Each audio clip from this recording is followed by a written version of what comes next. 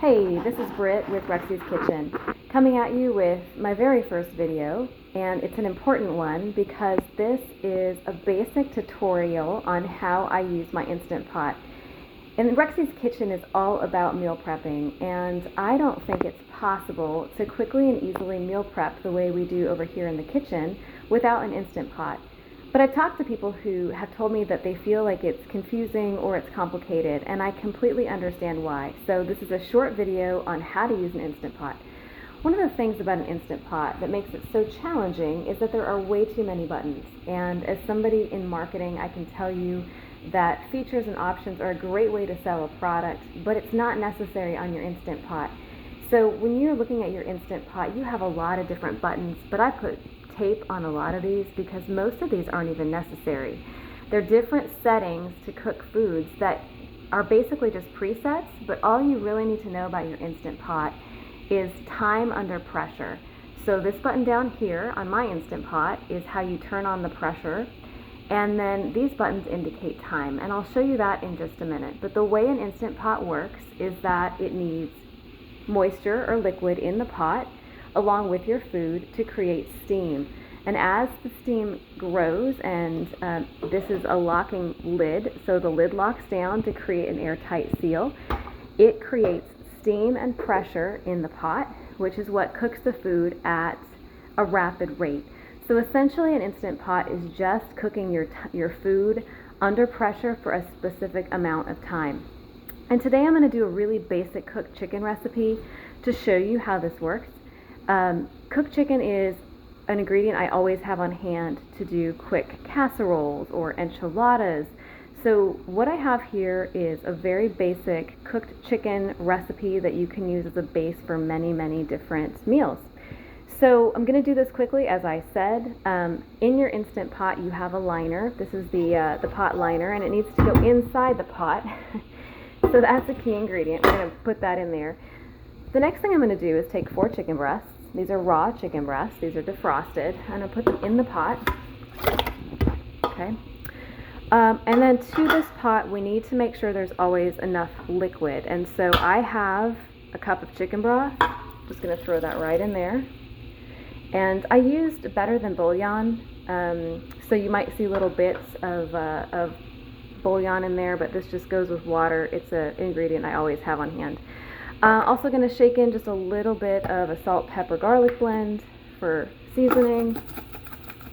Super simple. All right, and then once you have your raw meat and the liquid in the pot, you attach the lid. And so the lid has some different features. Number one, there's a rubber seal. It's very important to make sure that's properly positioned in the lid because that's what's going to give you a nice, tight, safe seal. You also have valves on the top.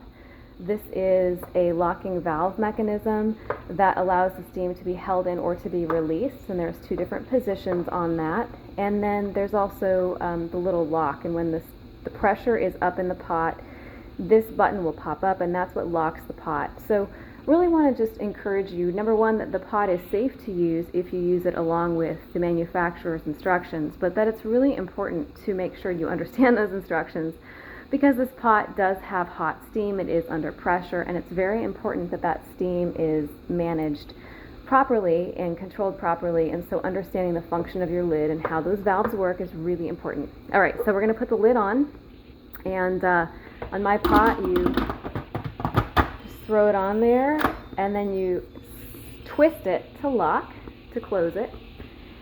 And then you want to make sure that your valve is closed. And for my pot, this does vent the steam. For my pot, I want to make sure it's in the back position, which means that valve is closed. And then once the pot is locked, the valve is closed, then it's just as simple as setting the time on the pot. And so for this cooked chicken recipe, I'm going to do 10 minutes under pressure. So again, ignore all of these other buttons. The only ones I'm going to worry about is this pressure cook button here. I've got 3 minutes. I'm going to put this up to 10. And then I'm just going to take a step back and let the pot set. So in a minute, this time will set.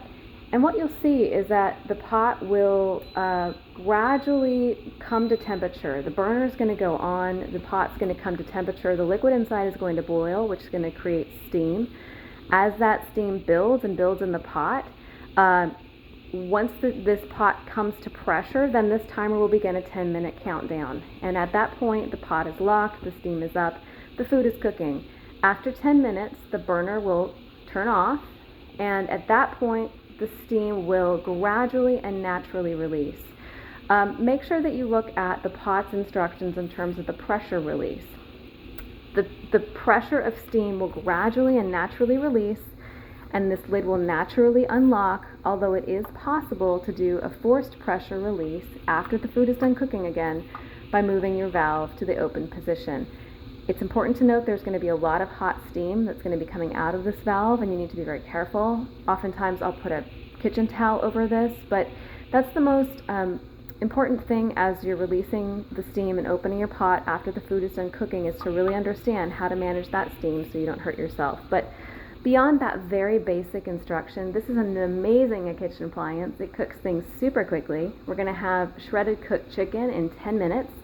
Again, with the additional time for the pot to come to temperature and naturally pressure release. But I use my Instant Pot all the time.